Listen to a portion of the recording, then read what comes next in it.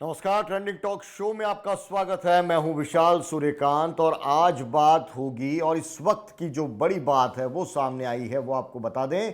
Bharatiya Janata party ने अपने लोकसभा उम्मीदवारों के नाम घोषित किए हैं। लगभग 195 लोगों के देश भर में नाम हैं वो तय किए गए हैं, जिसमें नरेंद्र मोदी वाराणसी से अपना चुनाव लड़ेंगे। राजस्थान की बात हम सीधे तौर पर करेंगे सबसे पहले कि राजस्थान के अंदर क्या तस्वीर है। तो राजस्थान में 15 सीटों पर नामों का ऐलान कर दिया गया है। इन 15 सीटों में कौन कौन सी सीट है और उम्मीदवार को लेकर क्या कुछ अधिकृत रूप से घोषणा हुई है, इन तमाम बातों पर आज ट्रेंडिंग टॉक शो में बात करेंगे। साथ ही जिन सीटों पर ऐलान नहीं हुआ है उनकी भी बात करेंगे और वहां क्या कुछ राजनीतिक समीकरण चल रहा है इस पर बात होगी। इन सब के बीच कांग्रेस के गलियारों में इस लिस्ट के बाद में किस तरह की गहमा गहमी है इसकी भी पड़ताल करेंगे। लेकिन सबसे पहले 15 लोकसभा सीटों पर नाम तय हो गए हैं। राजस्थान में कुल 25 लोकसभा सीट हैं। पिछले लोकसभा चुनाव के अंदर पूरी 25 की 25 सीटें भारतीय जनता पार्टी के पास में थी। यानी इन चुनावों के अंदर पिछले परिणाम को फिर से दोहराने का एक माइलस्टोन है वो पहले से तय है और कसौटी है भारतीय जनता पार्टी के लिए। और इसीलिए जो सूची है वो बहुत सोच समझ के तैयार की गई है। जिस रूप में नाम सामने आए हैं, सबसे पहले लोकसभा अध्यक्ष ओम बिरला है वो कोटा से चुनाव लड़ेंगे। उनका जो उनकी दावेदारी, उनकी उम्मीदवारी बिल्कुल निर्विवाद थी। कोटा में वो जिताऊ उम्मीदवार के रूप में भारतीय जनता पार्टी के पास में हैं।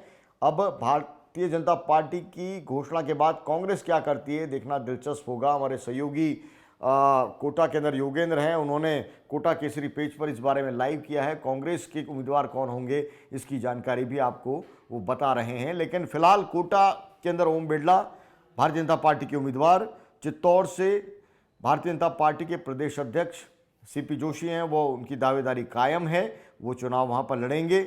उम्मीदवार के रूप में उनकी घोषणा हो गई है।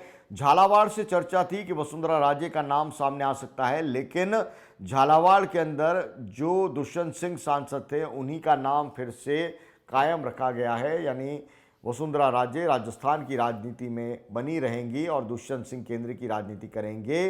इसको लेकर एक सहमति केंद्रीय आलाकमान और वसुंधरा के बीच में बन गई और आखिरकार वसुंधरा राजे की जगह दुष्यंत सिंह का जो नाम है, जो बदलाव की बात है, वो बदलाव नहीं हुआ और झालावाड़ में उम्मीदवार दुष्यंत सिंह है वो यथावत बने रहेंगे। जोधपुर से गजेंद्र सिंह शेखावत का नाम जिस रूप में सामने आया था उसमें कोई संदेह नहीं था। गजेंद्र सिंह शेखावत राजस्थान में एक दौर में मुख्यमंत्री के प्रबल दावेदार थे। राजस्थान की राजनीति में उनको कुछ मिला नहीं तो जाहिर तौर पर उनका टिकट है वो बिल्कुल तय था, उसमें कोई संदेह नहीं है। अब दिलचस्प ये है कि उनके सामने कांग्रेस है वो किसको चुनावी मैदान में उतारेगी, क्योंकि पिछली बार वैभव गहलोत को उतारा था जो कि राजस्थान के उस तत्कालीन जो मुख्यमंत्री उनके बेटे थे। 3 लाख वोटों से वैभव गहलोत हारे थे। अब उनके सामने गजेंद्र सिंह के सामने कौन होगा उम्मीदवार जोधपुर से, ये एक तरह से उस पर नजर रहेगी। कांग्रेस क्या ऐलान करती है। बीकानेर से अर्जुन राम मेघवाल के नाम पर किसी को कोई संदेह था नहीं। जिस रूप में मोदी की गुडबुक में अर्जुन राम मेघवाल लगातार बने हुए थे तो बीकानेर में उनका नाम आना तय था। बाड़मेर जैसलमेर में कुछ उठापटक चल रही थी, जिस रूप में बयान आ रहे थे, जिस रूप में गतिविधियों की बात हो रही थी, लेकिन कैलाश चौधरी के नाम पर मुहर लगा दी गई है। और कैलाश चौधरी ने टिकटों के ऐलान से पहले ही जो स्थानीय स्तर पर अंतर्विरोध या गुटबाजी की बात हो रही थी या कैलाश चौधरी से नाराजगी की बात हो रही थी, उन्होंने साफ तौर पर सरेआम कहा था कि अगर मेरे हाथ से कोई गलती हुई है तो माफ़ी मांगता हूं, लेकिन इसकी सज़ा है वो मोदी को नहीं मिलनी चाहिए, एक तरह से अपील की थी। वहीं से तय हो गया था कि कैलाश चौधरी को लेकर केंद्रीय नेतृत्व है उनको एक तरह से हरी झंडी दे चुका था और आज अधिकृत रूप से उनके नाम का ऐलान हो गया। अब बात करेंगे चूरू के अंदर बिल्कुल नया प्रयोग किया है और राहुल कसवा का टिकट यहां पर काट दिया गया है। चूरू से राहुल कसवा का टिकट काट दिया गया है। जैसा कि तारानगर और चूरू के अंदर चुनाव के मद्देनजर जिस रूप में विधानसभा चुनाव में माहौल बना था, राजेंद्र राठौड़ वर्सेस राहुल कसवा, इसको भारतीय जनता पार्टी ने बहुत गंभीरता से लिया है और चूरू में राहुल कसवा का नाम काट दिया गया है। राहुल कसवा राम सिंह कसवा के बेटे उनके राहुल कस्वा के पिता, उनकी माता हैं, वो तमाम राजनीति में सक्रिय, और राहुल कस्वा को तमाम जो उनकी सफाई के बावजूद भी यहाँ पर टिकट नहीं मिला है, और बड़ा झटका है कस्वा परिवार के लिए। और उनकी जगह कौन आया है, ये बड़ा दिलचस्प है। उनकी जगह देवेंद्र झांझड़िया का नाम सामने आया है। देवेंद्र झांझड़िया का नाम राजस्थान की राजनीति में तो आपने नहीं सुना होगा, लेकिन राजस्थान से अंतर्राष्ट्रीय फलक पर पदक जीतने वाले खिलाड़ियों की सूची में देवेंद्र झांझड़िया का नाम आपने जरूर सुना होगा। पैरालंपियन है देवेंद्र झांझड़िया, और अब वो राजनीति में हाथ आजमाएंगे। भारतीय जनता पार्टी के अंदर ओलंपियन के रूप में एक दूसरा चेहरा है, वो भारतीय जनता पार्टी को मिल गया है। पहले राज्यवर्धन सिंह राठौड़ तो थे ही, सांसद भी जयपुर ग्रामीण से थे, और अब वो के राजस्थान के अंदर मंत्री बन गए हैं। लेकिन एक और बड़ा चेहरा पैरालंपियन देवेंद्र झांझड़िया हैं, वो यहाँ पर चुनावी मैदान में होंगे। और कुल मिला के राजस्थान की बात करें तो 3 ओलंपियन हैं वो चुनावी राजनीति के अंदर हैं। कृष्णा पूनिया जो शार्दुलपुर से अपना विधानसभा चुनाव हार गई, वो भी अंतर्राष्ट्रीय खिलाड़ी रही हैं। राज्यवर्धन सिंह राठौड़ अंतर्राष्ट्रीय खिलाड़ी हैं और रहे हैं, और देवेंद्र झांझड़िया पैरालंपियन हैं, वो भी यहाँ पर अंतर्राष्ट्रीय खिलाड़ी हैं, और अब राजनीति के अंदर अपना हाथ आजमाएंगे। चूरू में राजेंद्र राठौड़ वर्सेस कस्वा की सियासत के बीच में देवेंद्र झांझड़िया के हाथ में एक बड़ा दाव लगा है।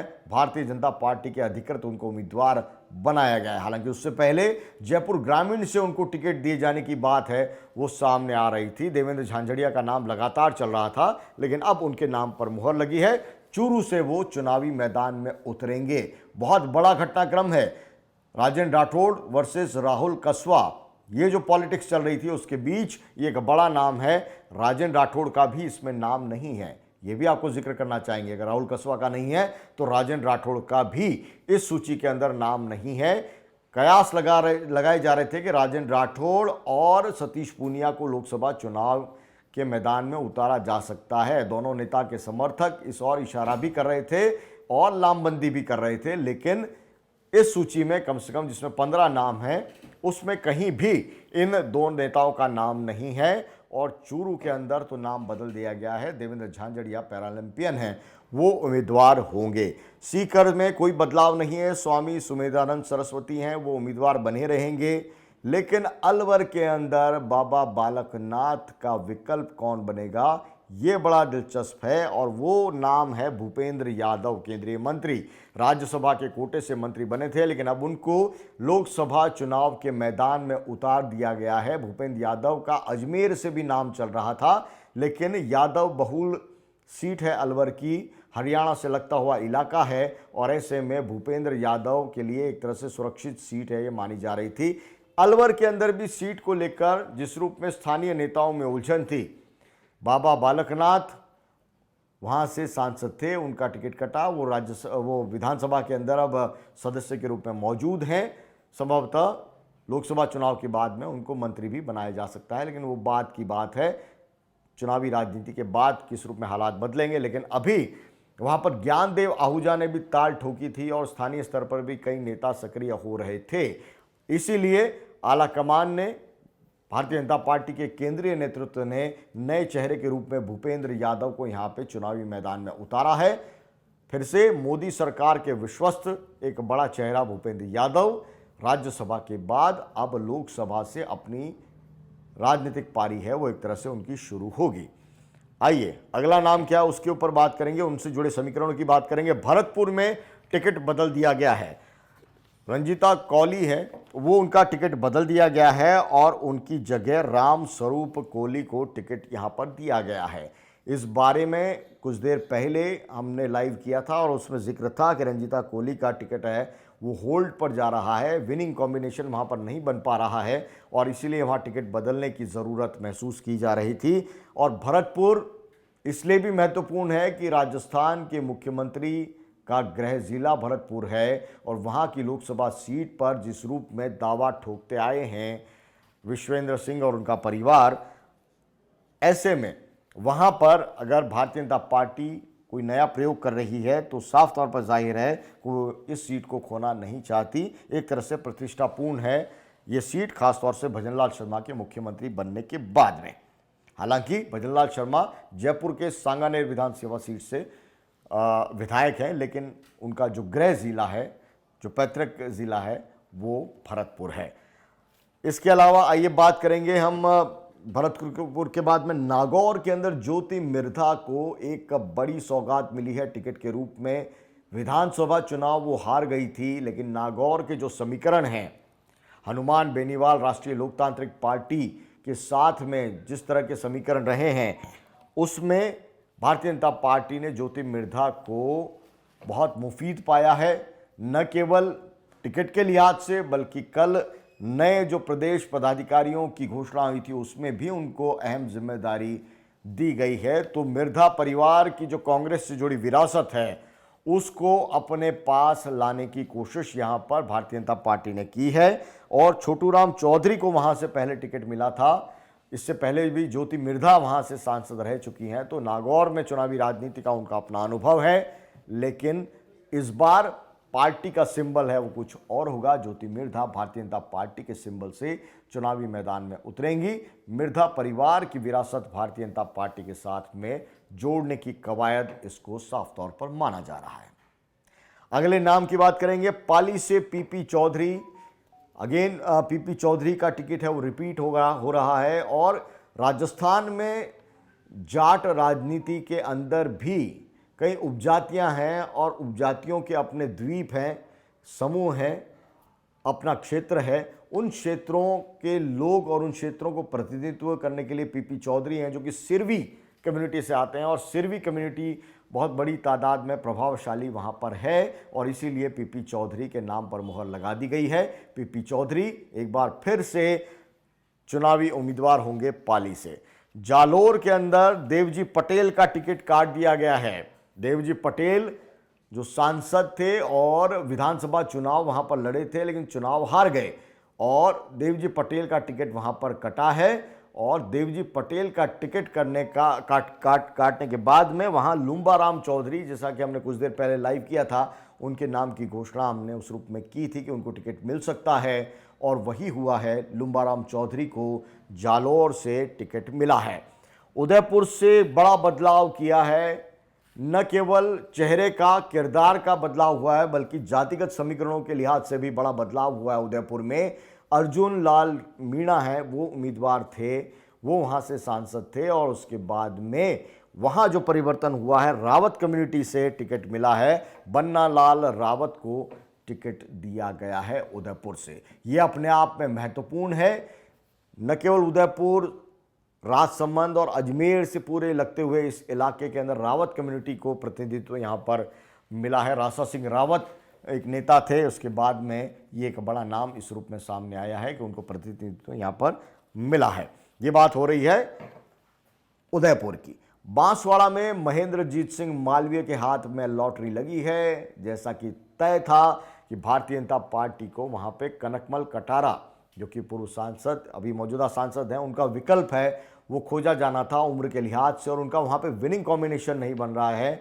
और महत्वपूर्ण बात यह भी है कि उस वागड़ अंचल में डूंगरपुर बांसवाड़ा सीट के ऊपर क्षेत्रीय पार्टी या स्थानीय पार्टी के रूप में वहाँ पर ट्राइबल, भारतीय ट्राइबल पार्टी, बाप पार्टी वहाँ पर मौजूद है, और बीटीपी वो भी वहाँ पर मौजूद है। दो पार्टियाँ विधानसभा के अंदर जिस रूप में सीटें ले रही हैं, जिस तरह से उनका परफॉर्मेंस रहा है, लोकसभा में उनको रोकना ज़रूरी है, और ये काम कनकमल कटारा उस रूप में कर नहीं पाए हैं।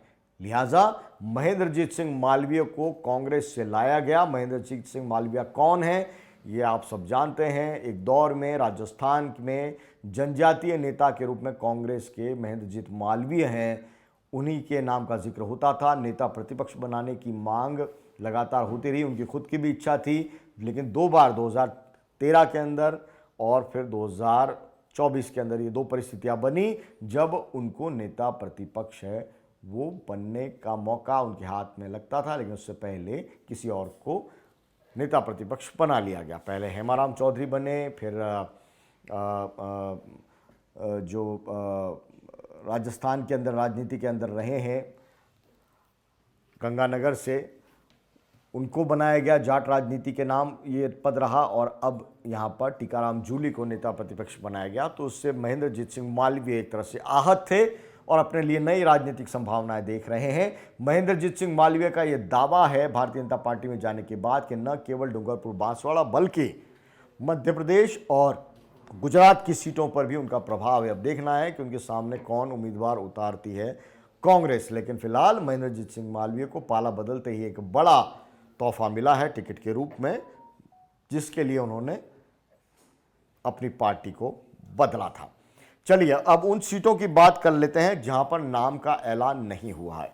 ये उन 15 सीटों का राजनीतिक ब्यौरा हमने आपको बताया जो कि जिनके नाम का ऐलान हुआ है। लेकिन उन सीटों का जिक्र यहां पर कर लेते हैं जो कि चुनावी राजनीति के अंदर अभी यहां पर उम्मीदवारों का इंतजार है। और उसमें सबसे बड़ी जो सीट हैं, या हम कहें कि जो 2 बड़ी सीट हैं, उसमें जयपुर ग्रामीण में अभी भी उम्मीदवार के नाम का ऐलान नहीं हुआ है।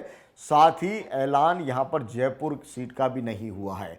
ये तय नहीं है कि राज्यवर्धन सिंह राठौड़ का विकल्प जयपुर ग्रामीण में किसको बनाया जाए। राव राजेंद्र सिंह का नाम आ रहा है, कुछ लोग लालचंद कटारिया का कह रहे हैं जो कि कांग्रेस से पाला बदल कर आ सकते हैं। लेकिन अभी वहां पर पत्ते भारतीय जनता पार्टी ने नहीं खोले हैं। ऐसे में राज्यवर्धन सिंह राठौड़ का विकल्प कौन है, इसको लेकर कयासबाजी और अटकलों का दौर चलता रहेगा जब तक अधिकृत उम्मीदवारों की दूसरी सूची नहीं आ जाती। पहली सूची के अंदर जयपुर ग्रामीण का नाम नहीं है। जयपुर शहर से रामचरण बोहरा का नाम नहीं है, यानी जयपुर सीट पे अभी ऐलान नहीं हुआ है। भारतीय जनता पार्टी जयपुर सीट को बहुत गंभीरता से देख रही है, क्योंकि यहाँ पर जिस रूप में भारतीय जनता पार्टी के उम्मीदवारों का परफॉर्मेंस रहा है विधानसभा चुनाव के बाद में, रामचरण बोहरा का जो पॉलिटिकल अलाइन है भारतीय जनता पार्टी की विद इन द पार्टी, जिस गुट से वो जुड़े हुए थे, वसुंधरा कैंप से वो जुड़े हुए माने जाते रहे हैं। और ऐसे में रामचरण बोहरा की टिकट रोकने का मतलब यह है कि उनका राजनीतिक भविष्य है, उसके ऊपर सवाल है फिलहाल, जब तक नाम का ऐलान नहीं हो जाता। भारतीय जनता पार्टी इस पर और विकल्प देखना चाहती है और इसलिए पहली सूची के अंदर नाम नहीं है। श्रीगंगानगर से निहाल चंद, श्रीगंगानगर हनुमानगढ़ जो सीट है वहाँ से निहाल चंद हैं, वो सांसद हैं अभी, लेकिन उनकी टिकट का ऐलान नहीं हुआ है, यानी वहाँ पर टिकट है वो बदल सकती है। एक और सीट है दौसा से जसकौर मीणा है। हमने कुछ देर पहले जो लाइव हुआ तो उसमें बताया था कि जसकौर मीणा का टिकट है वो बदला जा सकता है, क्योंकि उनका उम्र, उनका जो पहलू है या विनिंग की जो पॉसिबिलिटी है विनेबिलिटी की, उसको लेकर कहीं ना कहीं पार्टी है वो पशोपेश में है, और इसलिए दौसा सीट पर उम्मीदवार कौन होगा इसका ऐलान नहीं हुआ है। अजमेर सीट के ऊपर भागीरथ चौधरी हैं, वो विधानसभा चुनाव लड़े थे, चुनाव हार गए, और इसीलिए अजमेर सीट पर अभी किसी भी उम्मीदवार का नाम है वो घोषित नहीं किया है। भारतीय जनता पार्टी उस सीट पर दूसरे विकल्पों पर गौर कर रही है, साफ तौर पर जाहिर है। और भागीरथ चौधरी भी राजनीति में उस रूप में अब धीरे धीरे इस बात को समझ रहे हैं कि विधानसभा चुनाव जीतते या उनको विधानसभा चुनाव में उतारा क्यों गया था। क्या भारतीय जनता पार्टी पहले से तय कर चुकी थी कि इस उम्मीदवार को बदलना है, वहाँ की जो पॉलिटिकल इक्वेशन है बदल रही है। इन तमाम बातों को देखते हुए कहीं ना कहीं भागीरथ चौधरी का नाम रुका है। अजमेर लोकसभा सीट पर उम्मीदवार कौन होगा, ये अभी फैसला भारतीय जनता पार्टी ने नहीं किया है। अब आइए बात करेंगे झुंझुनू के अंदर जो नाम है झुंझुनू में सामने नहीं आया है, और झुंझुनू सीट के ऊपर नरेंद्र खीचड़ हैं, वो चुनावी मैदान में उतरे थे। मंडावा से वो विधानसभा चुनाव लड़े थे रीटा चौधरी के खिलाफ। रीटा चौधरी चुनाव जीत गई, सांसद नरेंद्र खीचड़ चुनाव हार गए, इसीलिए उस सीट पर उनका विकल्प है वो देखा जा रहा है। अब वो देखना दिलचस्प होगा कि दौसा में जसकौर मीणा या आपका झुंझुनू के अंदर नरेंद्र खीचड़, क्या इनके परिवार को यहाँ पर टिकट मिलती है या फिर कोई दूसरा उम्मीदवार उतारा जाता है, इन सीट पर नजर रहेगी नाम के ऐलान होने तक। बात करेंगे राजसमंद सीट के ऊपर किरण माहेश्वरी का जो विकल्प, या माहेश्वरी वहाँ पर जिस रूप में उनका प्रभाव क्षेत्र रहा है, उस प्रभाव क्षेत्र में कैसे उम्मीदवार उतारा जाएगा, इस नाम का कोई ऐलान है अभी नहीं हुआ है। राजसमंद सीट पर कौन उम्मीदवार होगा, भारतीय जनता पार्टी अभी नाम तय कर रही है। संभवतः भीलवाड़ा, चित्तौड़, इन सब के जो समीकरण हैं उनको देखते हुए और रावत कम्युनिटी का उम्मीदवार उदयपुर देने के बाद में राजसमंद के अंदर किसको टिकट मिलेगी, ये एक महत्वपूर्ण घटनाक्रम होगा। देखना कि भारतीय जनता पार्टी आधिकारिक रूप से किसको टिकट वहाँ पर देती है। धौलपुर करौली से जो मनोज राजौरिया हैं, उनका टिकट यहाँ पर रोक दिया गया है। जो हमें चर्चा जानकारी मिल रही है, मनोज राजौरिया के भाई महेंद्र राजौरिया वो कांग्रेस के टिकट से चुनावी मैदान में उतरे थे और मनोज राजौरिया की परफॉर्मेंस को लेकर भी लगातार सवाल उठ रहे थे। तो ऐसे में देखना है कि धौलपुर करौली के अंदर क्या कोई नया प्रयोग है वो भारतीय जनता पार्टी करती है। ये जो सीट है वो पूर्वी राजस्थान की राजनीति के लिहाज से महत्वपूर्ण है। ये आपको बता दें, ईस्टर्न कैनाल प्रोजेक्ट जिसको लेकर इतनी बड़ी सियासत हुई है, उसका एक तरह से केंद्र है करौली धौलपुर ये क्षेत्र, टोंक सवाईमाधोपुर क्षेत्र। उनमें टिकटों का ऐलान अभी नहीं हुआ है। ये अपने आप में महत्वपूर्ण है और काबिल गौर है कि आखिर वहाँ पर भारतीय जनता पार्टी किस रणनीति के साथ चुनावी मैदान में उतरेगी। टोंक सवाईमाधोपुर से सुखबीर सिंह जौनपुरिया का टिकट यहाँ पर रोक दिया गया है और लगातार इसको लेकर कयास है वो चल रहे थे कि सुखबीर सिंह जौनपुरिया हैं, उनकी वहाँ पर स्थिति विनेबिलिटी की किस रूप में है, उनकी परफॉर्मेंस कैसी रही है, और उसको लेकर कहीं न कहीं सवाल थे। अब देखना है कि टिकट रुकी है, इसके पीछे क्या वजह है, क्या चेहरा बदला जाएगा या कांग्रेस के उम्मीदवार का इंतज़ार किया जा रहा है, क्योंकि ये टोंक सवाईमाधोपुर का क्षेत्र सचिन पायलट के निर्वाचन क्षेत्र से जुड़ा हुआ है और गुर्जर कम्युनिटी के लोगों का यहाँ पर बोलबाला है वोटिंग परसेंटेज के लिहाज से, वोट शेयरिंग के हिसाब से। ऐसे में महत्वपूर्ण है कि टोंक सवाईमाधोपुर का फैसला कब होता है। और अजमेर की बात हमने कही कि वहाँ पर उम्मीदवारों को भागीरथ चौधरी की बात, तो ऐसी 10 सीटें हैं जहाँ पर भारतीय जनता पार्टी ने अब तक कोई उम्मीदवार खड़ा नहीं किया है। इस पहली सूची के अंदर 195 नाम के अंदर राजस्थान के अंदर केवल 15 सीटों का ऐलान, और इन 15 सीटों के अंदर एक अकेली ज्योति मिर्धा हैं जिनका नाम है महिला उम्मीदवार के रूप में। तो महिला आरक्षण के समर्थन, महिला आरक्षण को लेकर बड़े फैसले के बीच में भारतीय जनता पार्टी लोकसभा के लिए राजस्थान में कम से कम 25 सीटों में कितने प्रतिशत महिलाओं को अपना उम्मीदवार बनाती है, ये भी देखना दिलचस्प होगा।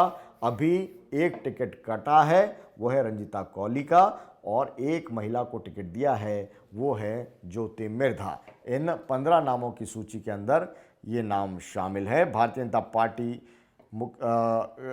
के मुख्यालय पर ये तमाम नामों का ऐलान हुआ है। अपने आप में महत्वपूर्ण है जिस रूप में तमाम नाम सामने आए हैं। भारतीय जनता पार्टी की हम बात कर रहे थे जिसमें 15 सीटों के नाम का ऐलान, और जिन सीटों पर ऐलान नहीं हुआ है उन सीटों का यहाँ पर क्या हाल है ये हमने आपको बताया, क्या वहाँ पर पॉलिटिकल इक्वेशन है। कांग्रेस की बात करें, यहाँ पर कांग्रेस से राहुल गांधी की आज जो यात्रा है उसको लेकर एक तरह से पूरी कांग्रेस है वो पूर्वी राजस्थान में थी, धौलपुर में थी, और वहाँ पर नेताओं का जमावड़ा रहा। अब जब राहुल गांधी राजस्थान से प्रस्थान कर जाएंगे, मध्य प्रदेश में प्रवेश कर रहे हैं, तब क्या कांग्रेस अपनी पहली सूची है उसको लेकर कितना काम आगे बढ़ा पाई है, कब ये सूची जारी होती है, इन 15 सीटों में इन उम्मीदवारों के सामने कौन उम्मीदवार है, और जो बची हुई 10 सीटें हैं उस पर कांग्रेस की क्या रणनीति है, इस पर आगे बात करते रहेंगे। ट्रेंडिंग टॉक शो में आज इतना ही, मुझे दीजिए इजाज़त, नमस्कार।